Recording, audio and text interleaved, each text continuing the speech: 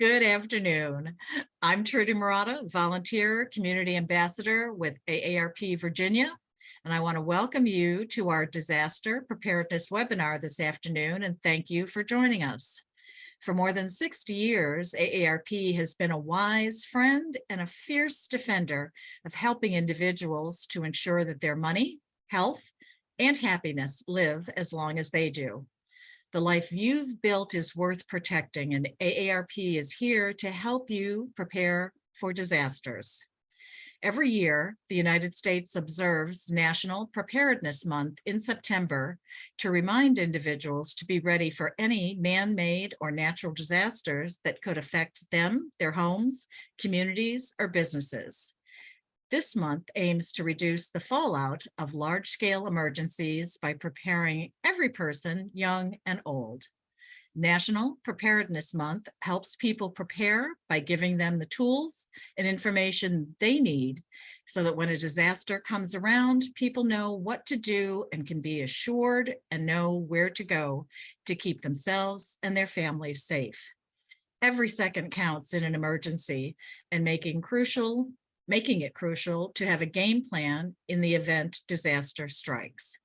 That is why AARP Virginia is pleased to team up with Fairfax County's Department of Emergency Management to bring this webinar to you. In the follow-up email that you'll receive later today, we'll include a link to download the slide presentation.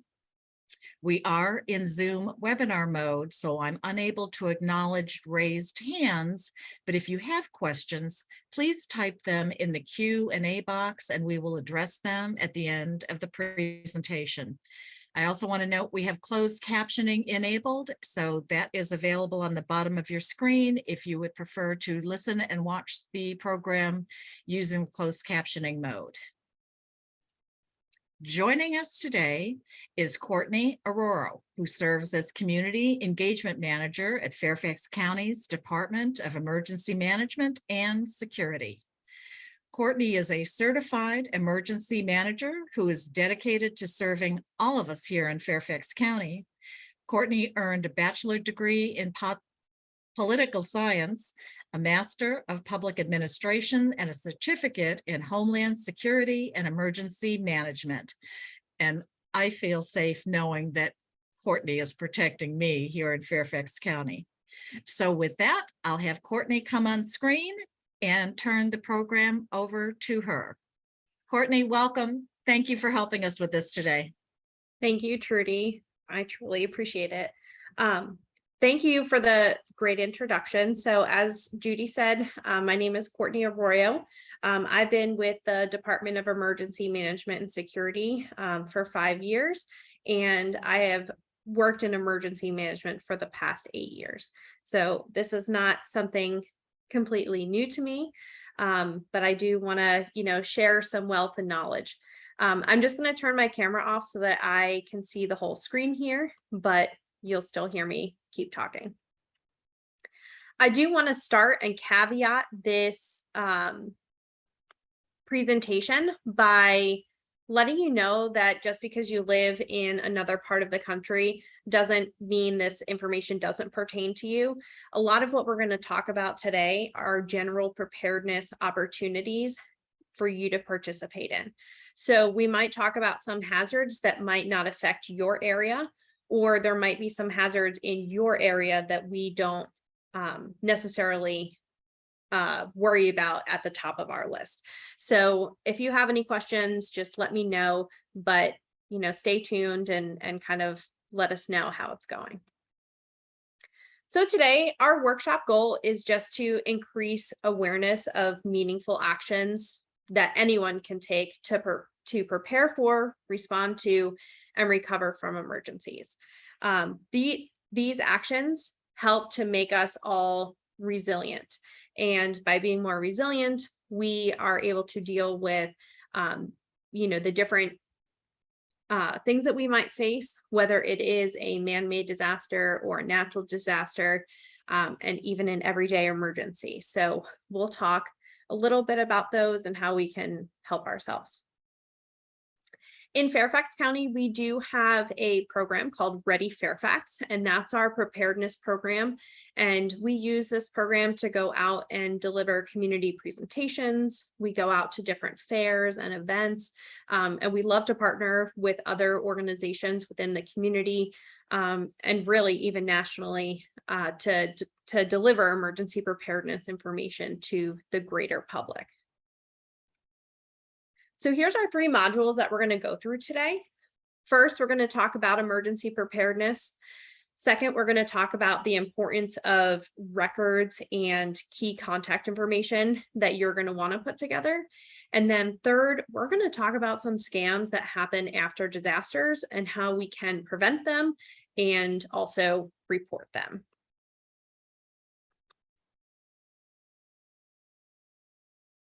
All right, so let's talk about preparedness. So first of all, I'll introduce a little bit more in the next slide, but I wanted to talk about the phases of emergency management. As an emergency management professional, we like to call them mitigation, preparedness, response, and recovery. To our general folks and someone who is just consuming this as someone who's not an emergency management professional, we like to use the terms before, during, and after. Now, you will note that mitigation is in a little bit of the after. The end of that that arrow is in there, but we typically use mitigation strategies beforehand to minimize or lessen effects from emergency. Sometimes we don't know that something's broken or that we could have made something better. So we might have to do it after and to build back better for the next time so that you're not in this situation again.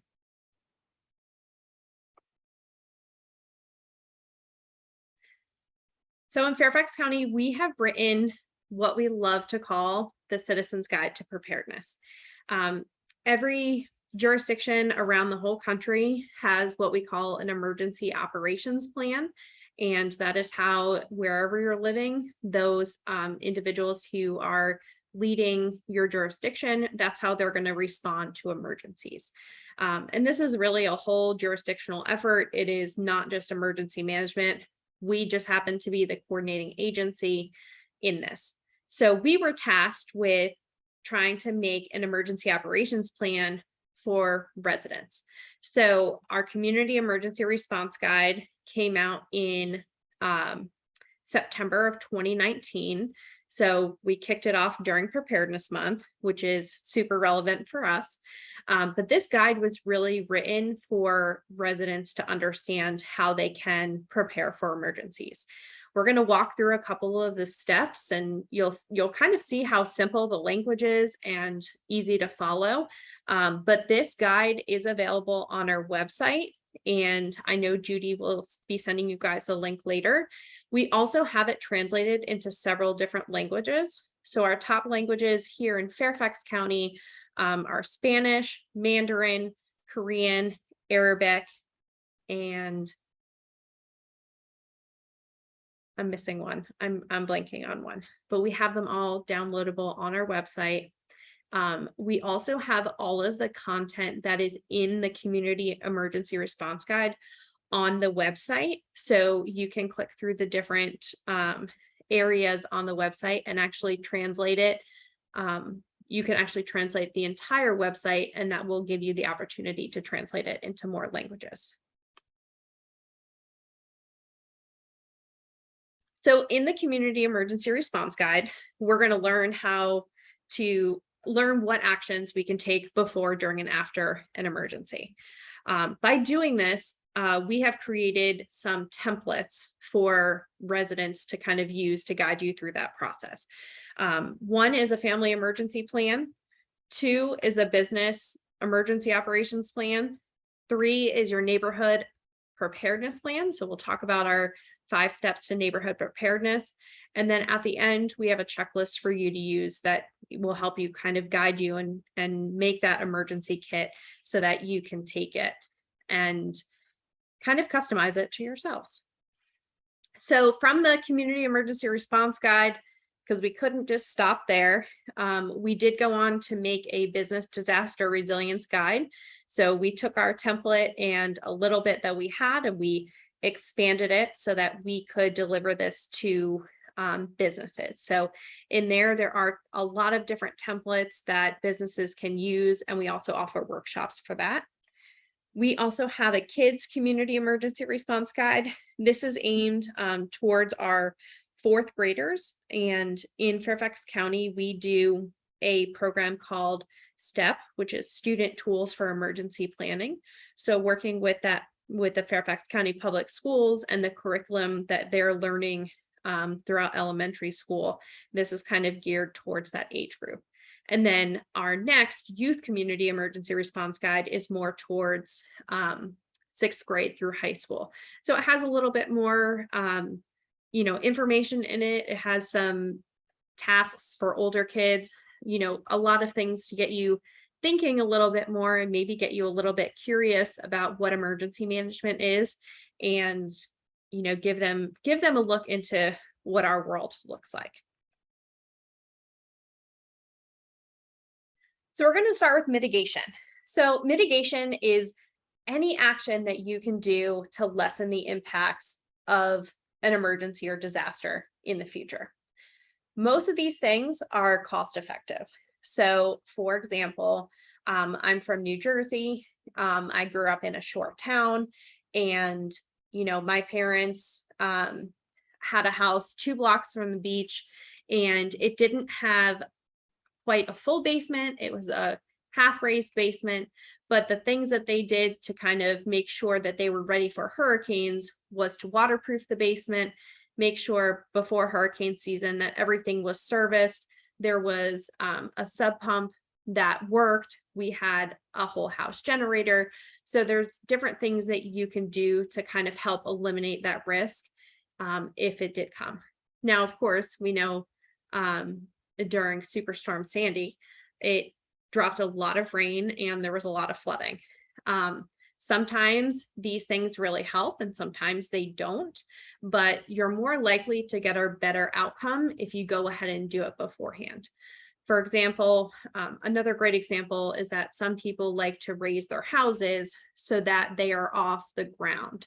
And yes, it is completely expensive, but in those towns where you're paying for flood insurance, it's often recommended that you do some of those activities before hurricane season starts so that you're kind of prepared, because we're going to see storms no matter what.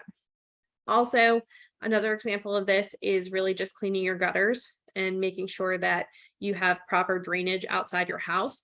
If you're noticing that, you're getting some pooling of water, maybe just making sure that, there's nothing going on under the surface, or maybe there's some work that needs to be done to make sure that, the water is running off where it should.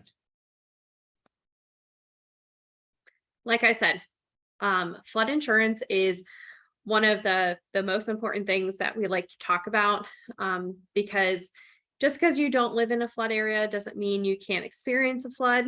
And in fact, with global warming, we are seeing more areas flood just from rainfall than we ever have before.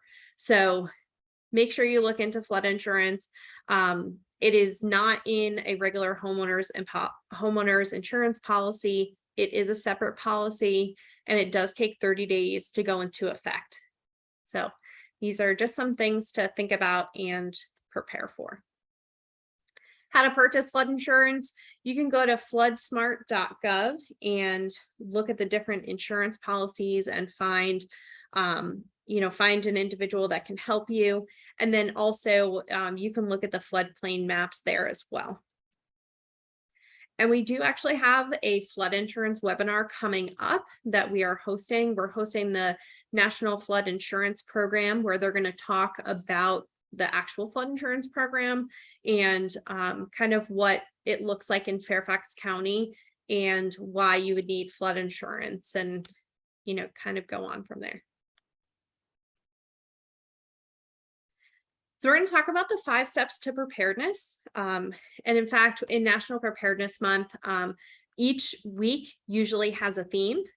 So this month in 2022, we are using our 5 steps to preparedness to guide us through the weeks.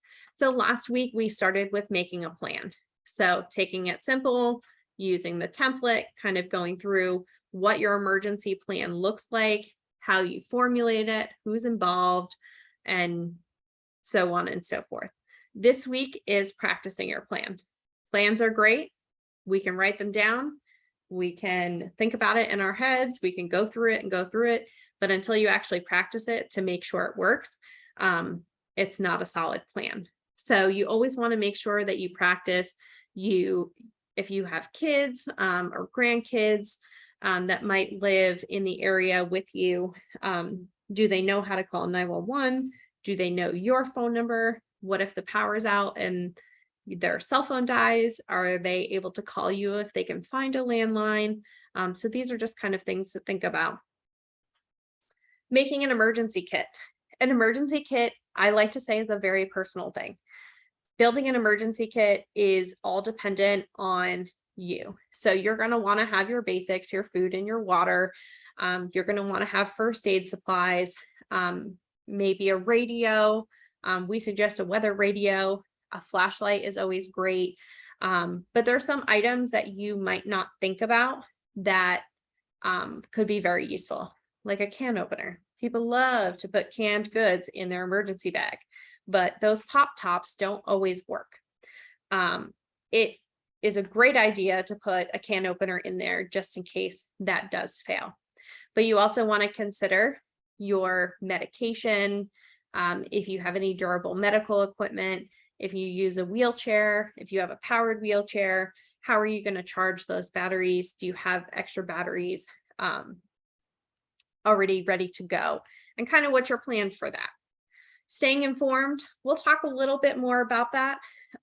But really, there's a ton of ways that you can stay informed and get emergency information.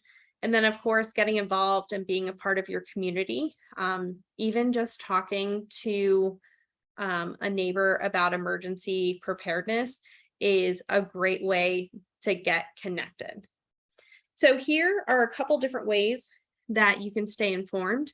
In Fairfax County, we do have Fairfax alerts, and you can sign up for that. They are free emergency alerts that can get sent to your phone or your email.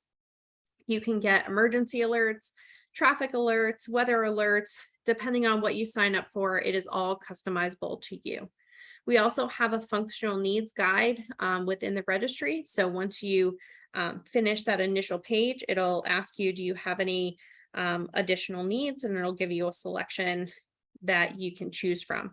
That selection, it just means that you're probably going to get some extra communication on the back end. So for me, I send out all the weather messages and information to the functional needs group. And through that group, I customize based on whatever's happening, what impacts we might have and how you can prepare for that ahead of time. We also have an emergency preparedness newsletter. So we don't always just like to react to emergencies or send out emergency information. We do want to let you know where we are, what we're doing, how you might be able to get involved or participate. So we do send that out every month as well. And then for our 911 dispatchers, we do have an emergency health profile. So if there's anything that you would want the dispatcher, either police or fire, to know when they're being dispatched to your home, you can fill that out as well. And then, of course, we're on social media at Ready Fairfax on both Twitter and Facebook. But there's many ways that you can get your information. Every jurisdiction has some type of emergency alerting system. So I would recommend going to whatever jurisdiction you live in and going to that homepage, maybe just searching emergency alerts and emergency preparedness in general, and you should probably get something. If not, you are absolutely welcome to contact me, and I will help you get in touch with those people. So getting involved here in Fairfax County, we have quite a few organizations that help with emergency preparedness, health preparedness, and just making our community safer in general. So emergency management, we have our own emergency management volunteer corps. We usually have our volunteers go out to events, help educate their peers on how to prepare for emergencies. We have the Community Emergency Response Team, or known as CERT, in Fairfax County, and that is held under our Fire and Rescue Department. We also have the Medical Reserve Corps, which during COVID, you might have heard about this. They don't only take medical volunteers, they also take non-medical volunteers, because there's a lot of different tasks that kind of go into opening a point of dispensing or a vaccination clinic to get you through the stage to actually get a vaccination or get the medication that you need. So the Medical Reserve Corps is through our health department. And then, of course, we also still have Neighborhood Watch. We have our volunteer fire department.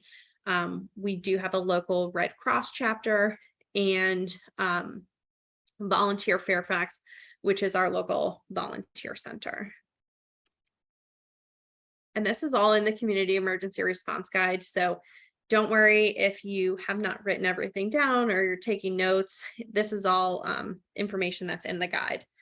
Talking about a building evacuation, this is something that is so important, and we cannot harp on this enough. When you hear a fire alarm, no matter if you think it's fake or going off and there's nothing happening, always just take it seriously. Get your emergency bag, get your purse or your wallet and get out.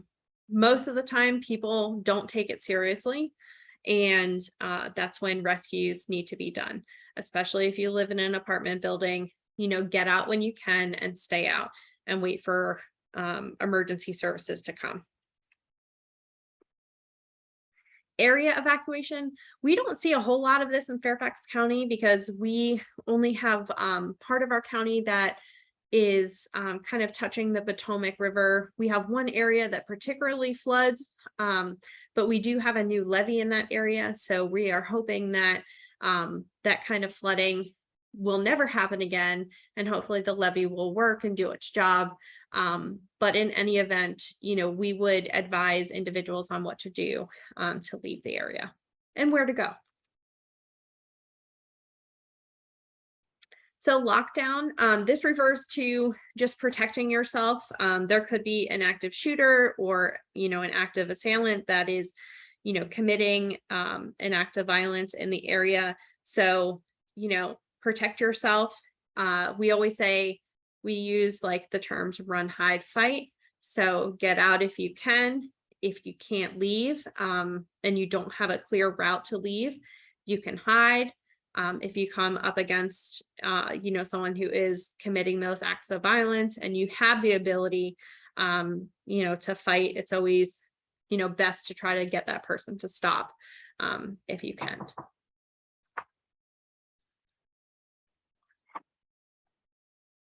And then sheltering in place. So for many emergencies, it's always safer to stay where you are if you are safe. So I know that most of us around the country were sheltering in place at the beginning of COVID. So this is where, you stay inside as much as you can, take refuge. A lot of times during COVID, people were home way more than they were before. But this was a great time to kind of use and practice using your emergency kit. So cycling through that food that you put in there and putting in new food. I know we saw, a lot of shortages with food and papered goods, but this is always a great time to stock up now. So in case we ever had to do that again, we would be well prepared. So emergency shelters, this is one of the questions that we get all the time.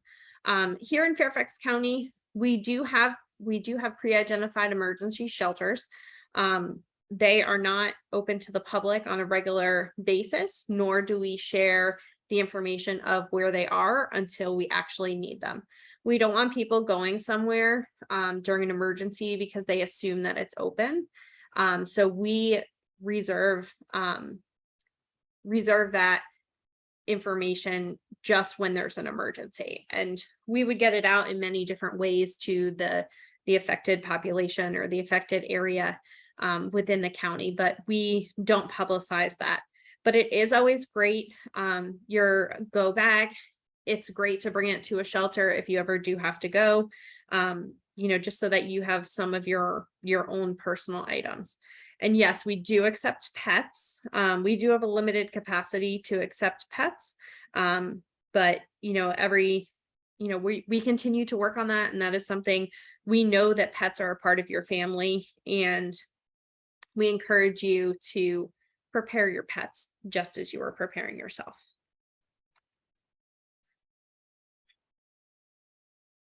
So recovery, what does it look like after? Recovery can take a very long time. There's tons of different reasons why it can take a long time, but most of the reason is usually insurance. You often have to wait for insurance money to make sure that you can actually do the repairs that you're allowed to do. So that brings me to the point of before we recover,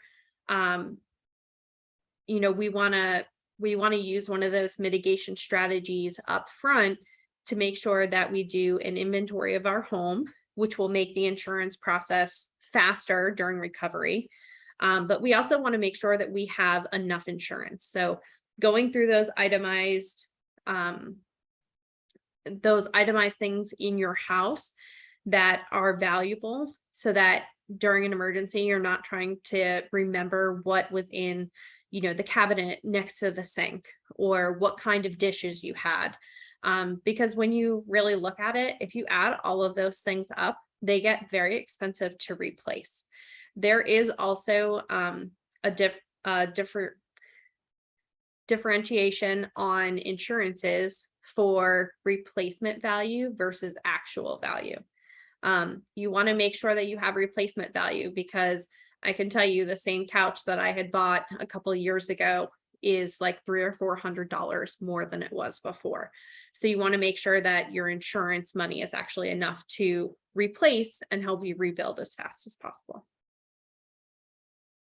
My son, I will tell you this kind of funny story. My son, the other day, he was asking me, if there was a fire, what would happen to all of our stuff? And, I said to him, if the fire alarm is going off, you go get your emergency bag and you get out. And he said, well, what about all my toys? And I said, your toys can always be replaced and you can't. And he said, okay.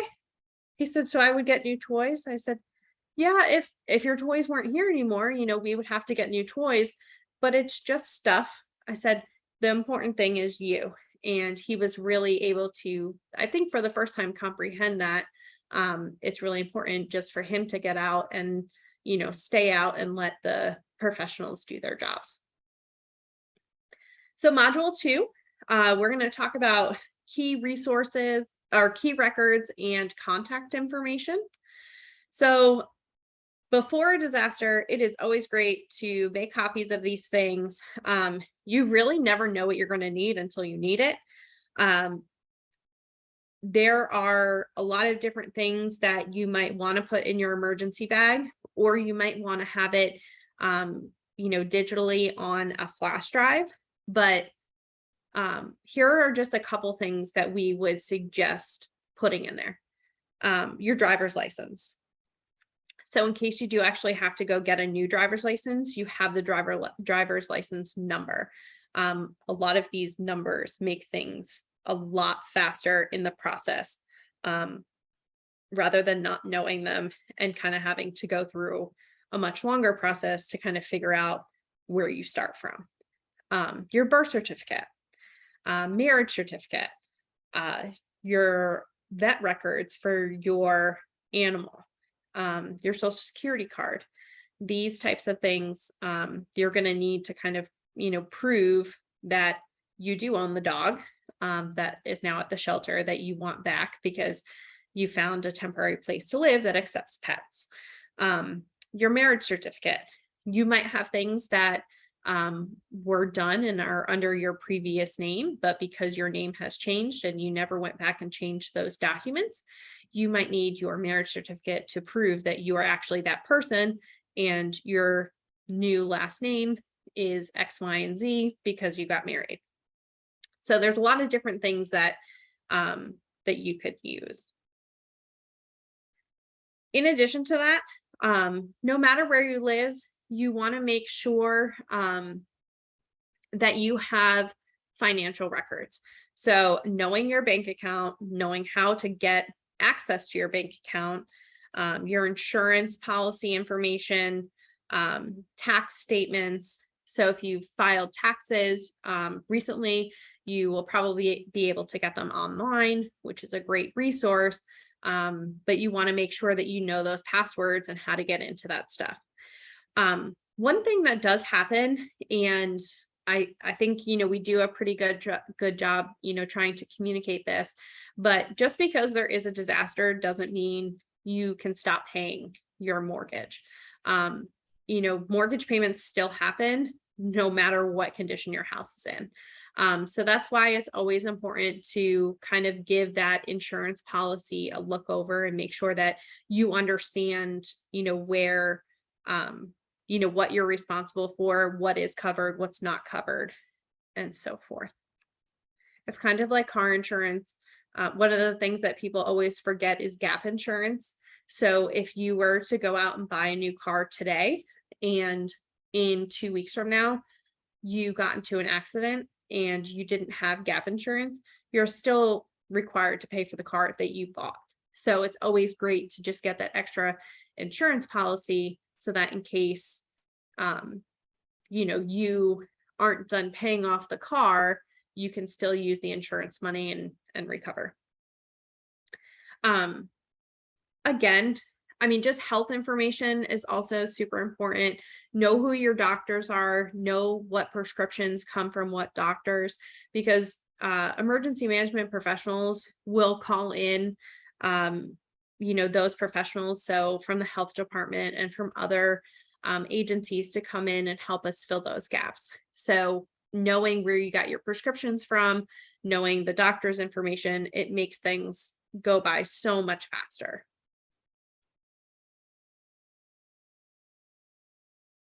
Okay, so module 3, our last module.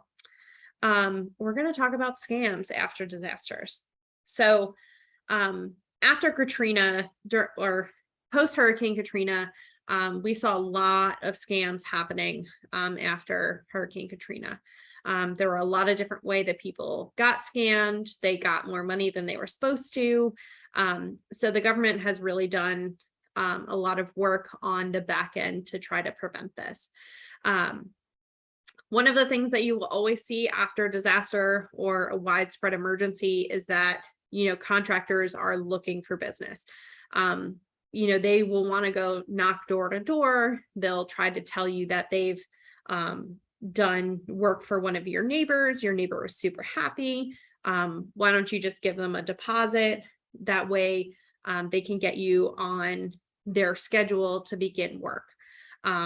They often love to say, you can give me the deposit in cash, but without those actual records or having a contract for those individuals to do the work, there's no way that you would even get that money back if they didn't show up.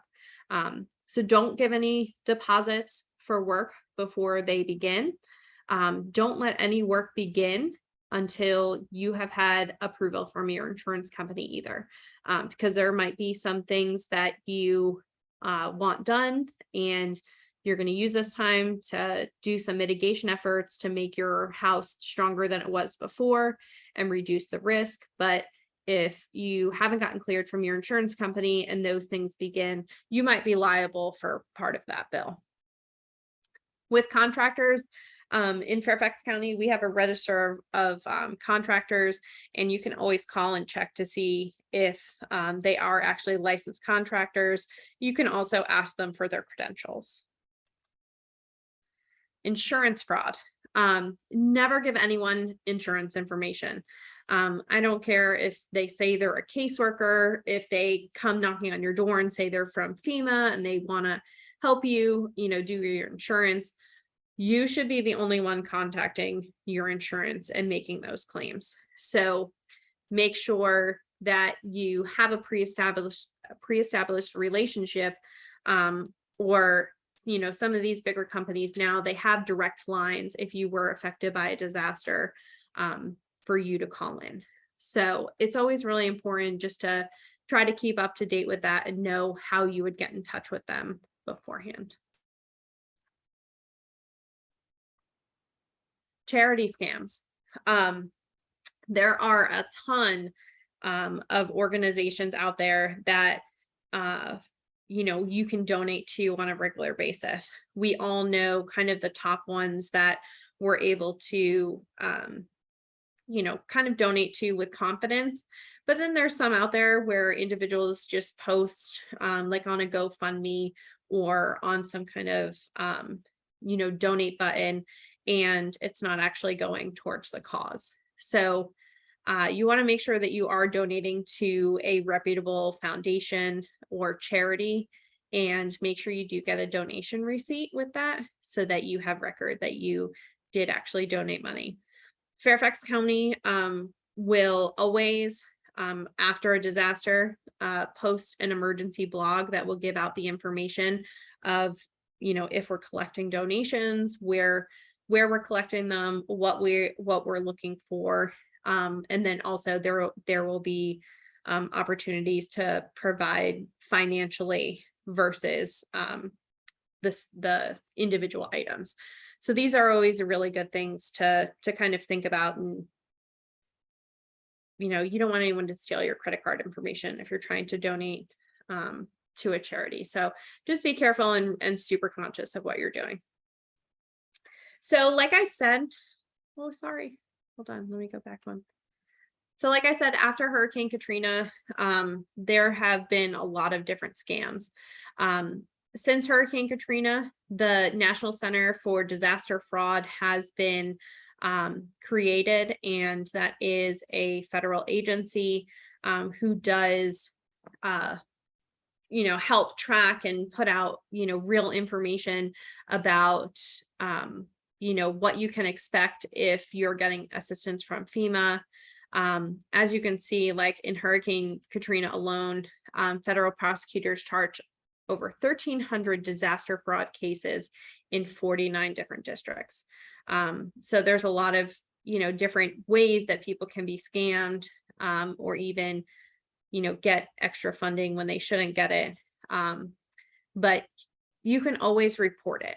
And the best thing about this is the disaster fraud hotline is anonymous and confidential. So there is also a form online that you can submit. So if something doesn't feel right, it's probably not right. And, if you see something, say something. That is one of the biggest things that we can encourage. If it doesn't feel right in your gut, it's probably not right. No one is going to fault you for reporting something. The police are always happy to go out and check something out. Or in this case, just report the fraud and let it be investigated. So that is all I have for you guys. I do want to thank you guys. This is really a great partnership, and I get the privilege of working with Trudy all the time. We sit on a committee together. So thank you, Trudy, for this opportunity to talk to some of your folks. Very good. I always enjoy working with you. Courtney and I work on Fairfax County's Silver Shield Task Force, which is a program here in Fairfax County that helps educate and help folks prevent frauds and scams here in the county. And I enjoy working with her and that whole team. Courtney, a couple of quick questions for you. One is there a good way to electronically store pictures for your valuables?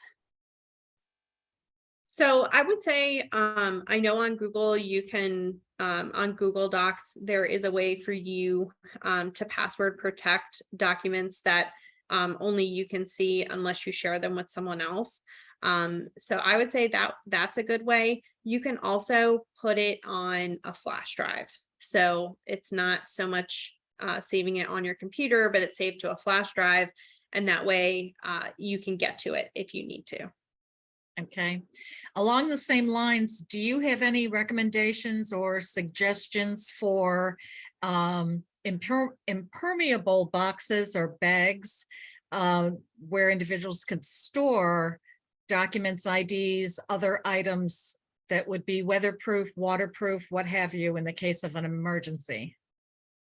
Great question.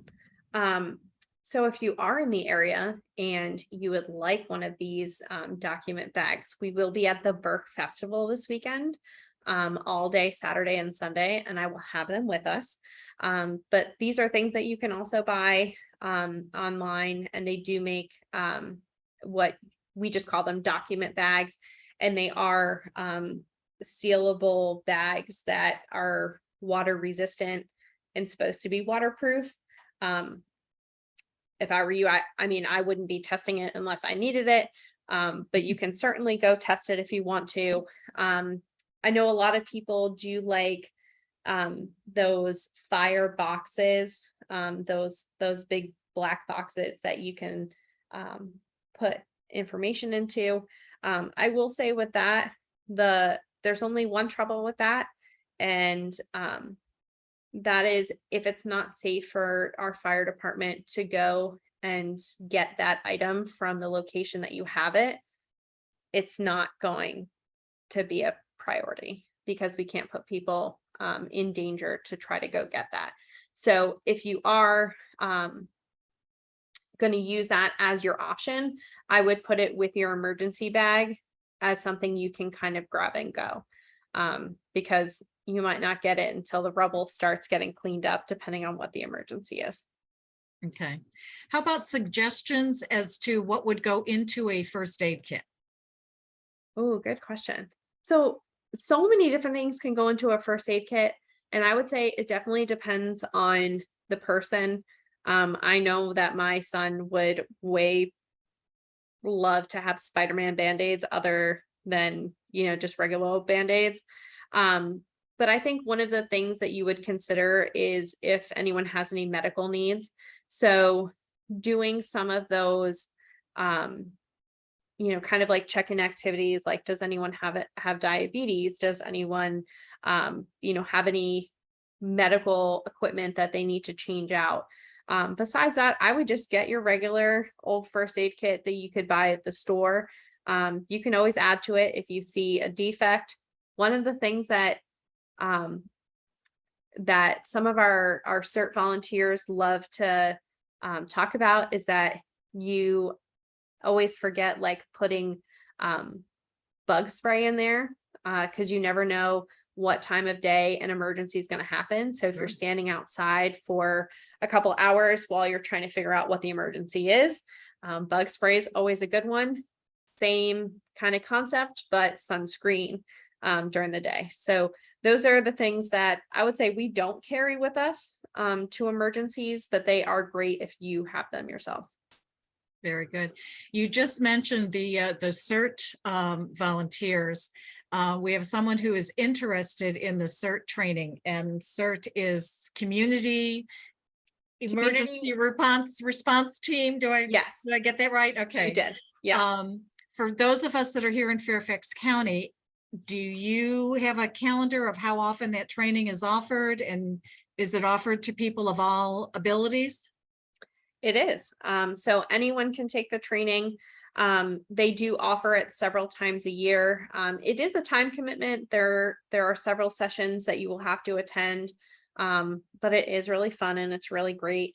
You can visit volunteer.fairfaxcounty.gov, or if you just go to fairfaxcounty.gov and you type in CERT, you'll get to the CERT page and you'll be able to sign up for a volunteer and see all the different trainings that they offer. Perfect. Thank you. Yeah. I talked about protecting documents on a waterproof basis. The last question I have right now is, what about fireproof containers? So There are fireproof containers. They are a bit more expensive, but you can really get them at you can get them at a camping store, you can get them at your big box stores, but they are a great thing to have.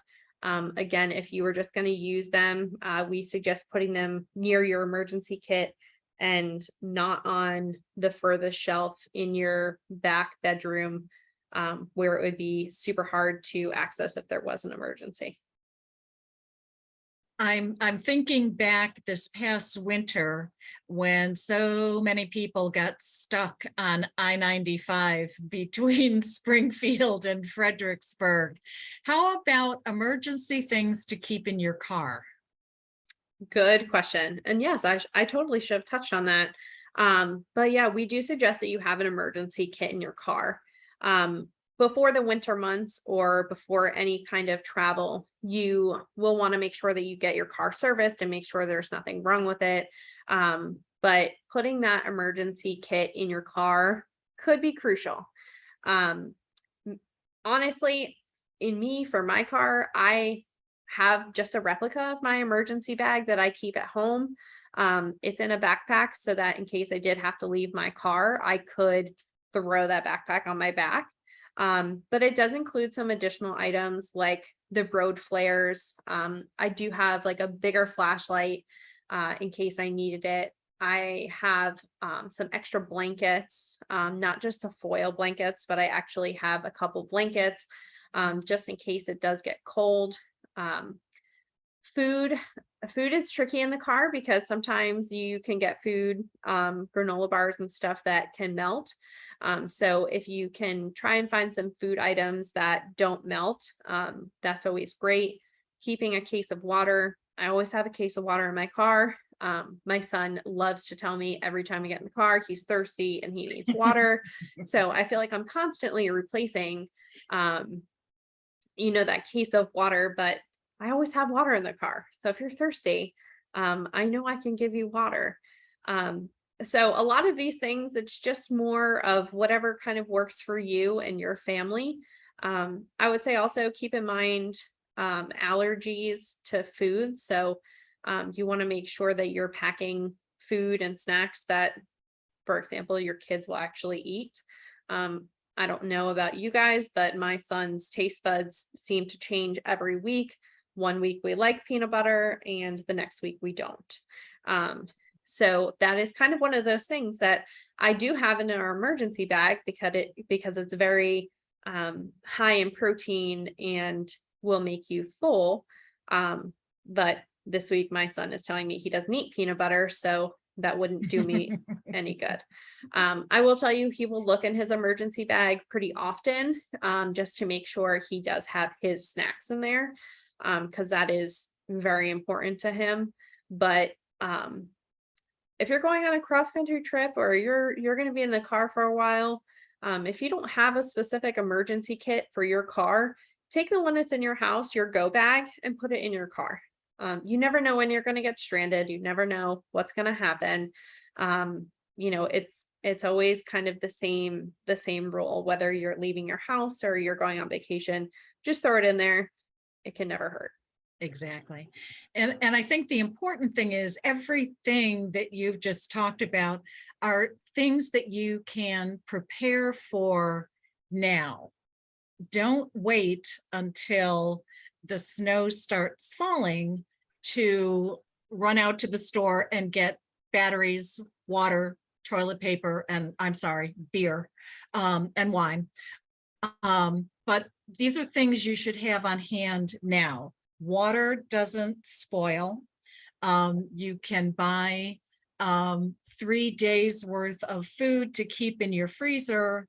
That is also things you could cook on the grill in an emergency thing. And you can get these things when you're going to the grocery store now. Add an extra package of toilet paper, add an extra container of water, and just have it available so that you're not panicking at the last minute and getting to the store and finding that the shelves are bare as well. Because one thing I've learned both growing up in Western New York and the snows and the and the weather situations here in Virginia, hope is not a plan. You can't cross your fingers and hope that that storm doesn't hit us here. You have to have a plan, and there are lots of quick, easy, convenient things that you can pick up extras of now and have it available before the storm hits. And I think also a great thing to keep in mind is that you don't have to do this all in one day. It's not even designed for you to do it all in one day. It takes baby steps. It doesn't have to be expensive. There are stores where things can cost, $1 or less. Those are great stores to go to, that you can kind of find unique things that you never thought you would want in your emergency bag, but take the opportunity while there is no crisis and make it just a fun activity. Of course, for the people out there that would totally prefer to buy one already made, so many options. But I will tell you, you can put these together pretty inexpensive. Most of us have a bag or a backpack that we're not using that we can fill, and have a little bit of fun with it. Make sure you have something to entertain yourself. Adults get bored too, so pick a crossword puzzle book, pick a new book, pick something, Sudoku, whatever you're into. Pick something to do, because you could be without power for a couple days, and yes, you're going to get bored. It happens. So take a week, do your emergency plan, take another week, put together your emergency kit, practice your stuff, sign up for Fairfax alerts, figure out how you're gonna, communicate during an emergency, and kind of go from there. So September just happens to be National Preparedness Month, but we do talk about different ways to prepare for the different seasons throughout the year. So we are constantly trying to figure out a fun and innovative way to use what's happening throughout the year to get you to prepare. Exactly. And we are in hurricane season now. And I just saw something in my email about, the amount of snow they're predicting here in Virginia this year as well. So, yeah, hope is not a plan. Start planning now. Your next trip to the grocery store, grab an extra container of water, grab batteries in every size and shape that's available, and start to be prepared. Courtney, on behalf of AARP, I can't thank you enough for joining us this afternoon and sharing your time and your information with us. As I said earlier, you know how much I enjoy working with you. Thank you for having me. This was this is a great, a great example of partnership, and we do this all the time. So it's really great to be able to talk to a different audience and really get your input.